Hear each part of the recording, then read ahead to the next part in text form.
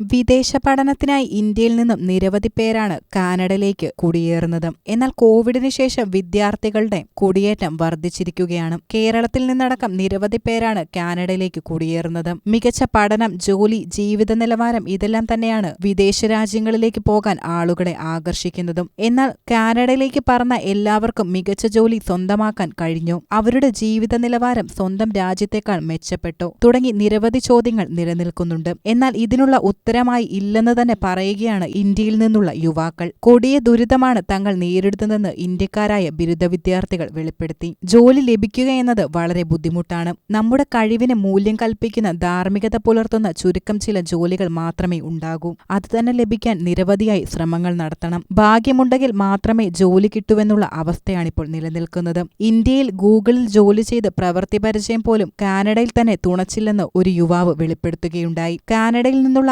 ആളുകളെയാണ് ഇവിടെയുള്ളവർ കൂടുതലായി തിരഞ്ഞെടുക്കുക. പ്രോസസ് ഇൻവെന്ററി അസോസിയേറ്റ് ആയാണ് താനിപ്പോൾ ഇവിടെ ജോലി നോക്കുന്നത്. കഴിഞ്ഞ ഒരു വർഷമായി എനിക്കിതിൽ നിന്ന് ലഭിക്കുന്നത് തുച്ഛമായ തുകയാണ്. ഈ തുക കൊണ്ട് ജീവിതം മുന്നോട്ട് കൊണ്ടുപോകാൻ ഏറെ പ്രയാസവുമാണ്, യുവാവ് തുറന്നു പറഞ്ഞു. ഇന്ത്യയിൽ ഗൂഗിളിൽ ഡിജിറ്റൽ മാർക്കറ്റിംഗ് എക്സ്പേർട്ടായി 3-ാം വർഷം ഞാൻ ജോലി ചെയ്തിരുന്നു. എന്നാൽ ആ പ്രവൃത്തി പരിചയത്തിനൊന്നും ഇവിടെ യാതൊരു മൂല്യവും ഇവർ നൽകുന്നില്ല. നമ്മൾ കഷ്ടപ്പെട്ട് വർഷങ്ങളോളം നാട്ടിൽ പണിയെടുത്തിട്ട് പോലും അതിന് യാതൊരു വിലയും ലഭിക്കുന്നില്ല. കുടിയേറ്റം വർദ്ധിച്ച സാഹചര്യത്തിൽ കടുത്ത നടപടികളിലേക്ക് കടന്നിരിക്കുകയാണിപ്പോൾ കാനഡ. 2025ഓടെ സ്റ്റഡി പെർമിറ്റ് അനുവദിക്കുന്നതിൽ 10% കുറവ് വരുത്തിയിരിക്കുകയാണ് രാജ്യം ഇപ്പോൾ. 2026 പഠനാനുമതികളുടെ എണ്ണം 2025 പോലെ തന്നെ നിലനിർത്താനുള്ള ലക്ഷ്യം വെച്ചിട്ടുള്ളതാണ്. കൂടാതെ കുടിയേറ്റ നയങ്ങളുടെയും തൊഴിൽ വിപണിയിലെ ആവശ്യങ്ങളുടെയും അടിസ്ഥാനത്തിലുള്ള പോസ്റ്റ് ഗ്രാജുവേറ്റ് വർക്ക് പെർമിറ്റുകളിലും പുതിയ നിയന്ത്രണങ്ങൾ നടപ്പിലാക്കാൻ ഒരുങ്ങുകയാണ് രാജ്യം ഇപ്പോൾ.